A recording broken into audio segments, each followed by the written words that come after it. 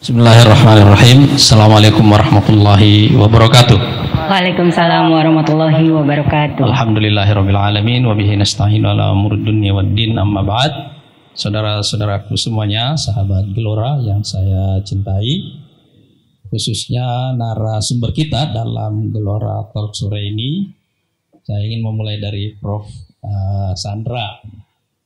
Ini guru besar gizi masyarakat ya di FKM UI.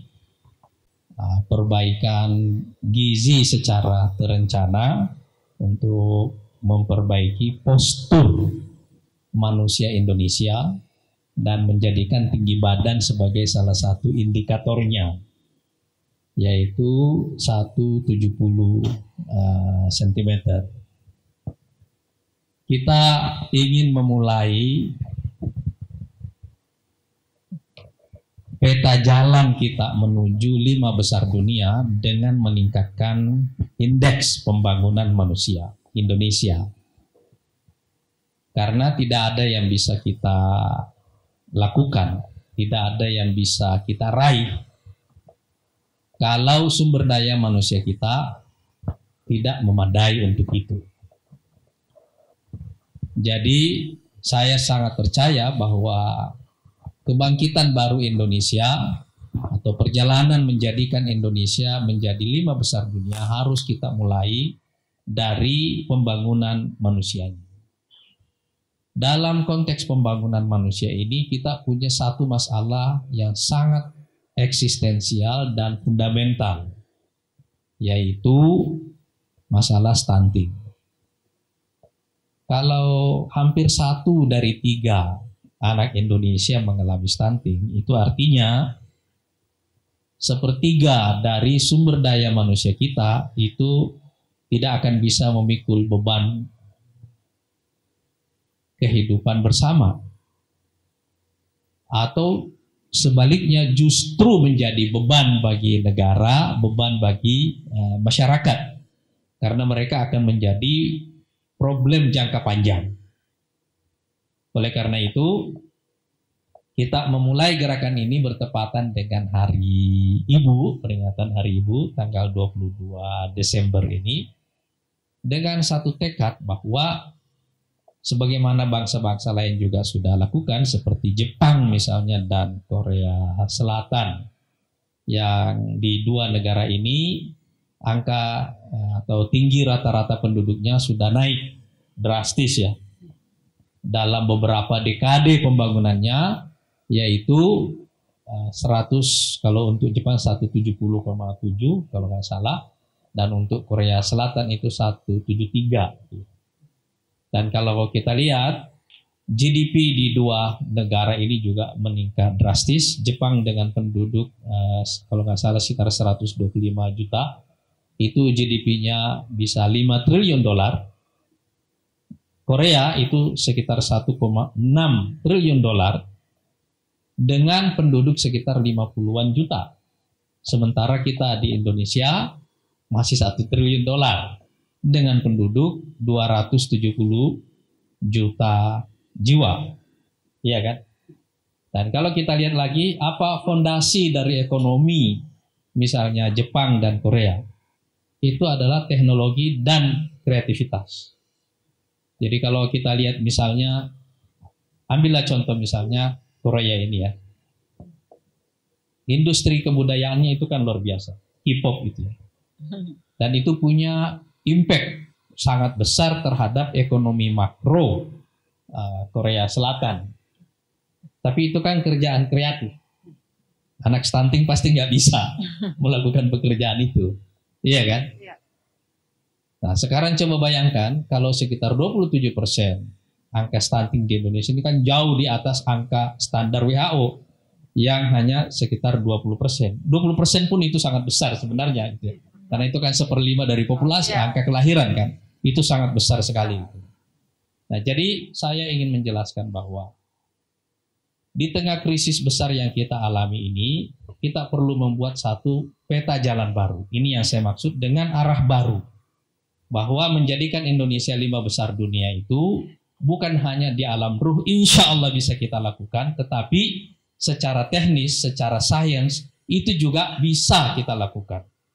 Kita bisa meningkatkan tinggi rata-rata orang Indonesia menjadi 170 jika kita merencanakan gizi masyarakat kita secara sistematis, mulai dari dia ada dalam kandungan, 1000 hari pertama setelah kelahiran, dan seterusnya. Gerakan nasional inilah yang sekarang kita canangkan di Partai Gelora sebagai langkah yang sangat fundamental dalam membangun manusia Indonesia. Nah, sebenarnya dalam konteks peningkatan tinggi badan ini, mungkin kita bisa berdebat banyak di sini ya. Tapi saya mau ambil satu contoh di bola saja gitu ya.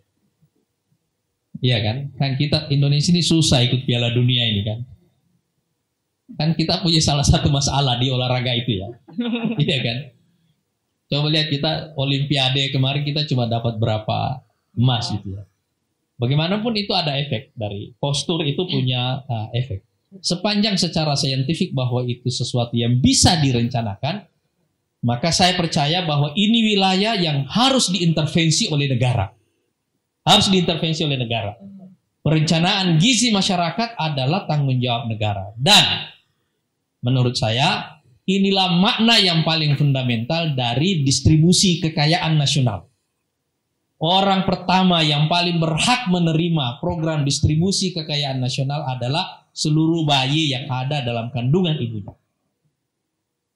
Seluruh bayi yang ada dalam kandungan ibunya. Karena itu Partai Gelora akan memperjuangkan pemenuhan anggaran yang memadai untuk memberikan bantuan gizi bagi ibu hamil, bantuan kelahiran, bantuan gizi pada 1000 hari pertama, dan insya Allah selanjutnya kita juga akan mempropos nanti untuk masalah pendidikan, ada program makan siang di sekolah.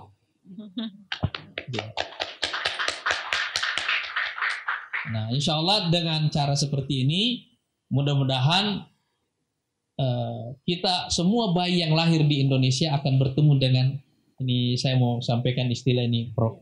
Sandra ini, yang namanya lucky moment. Momen keberuntungan. Begitu dia lahir ada negara yang mengurus dia. Ya.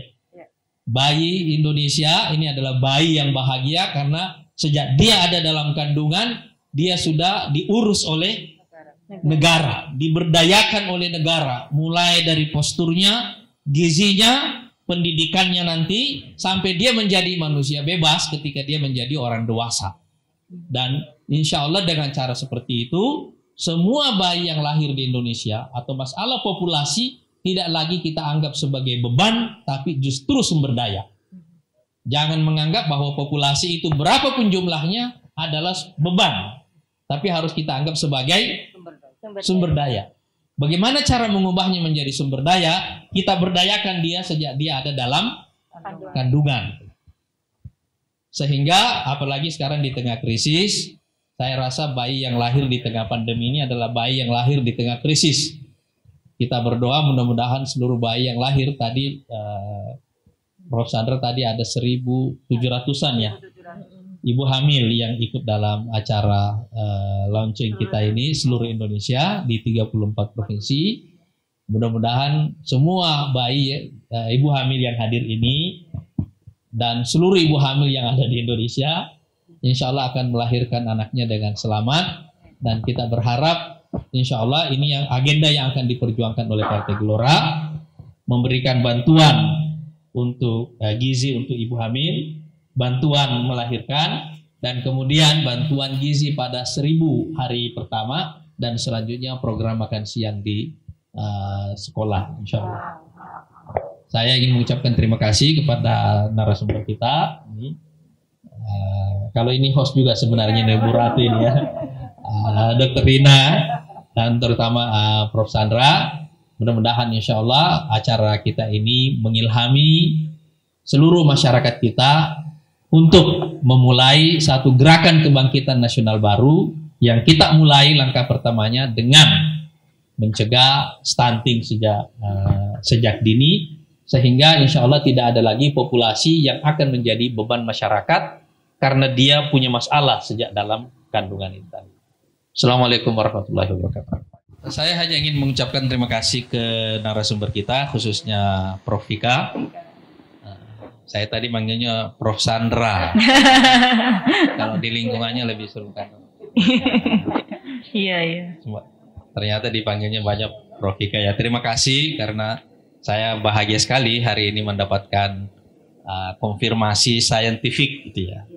Bahwa program gerakan Gen 170 ini secara saintifik ini possible. Ini mungkin insya Allah gitu ya.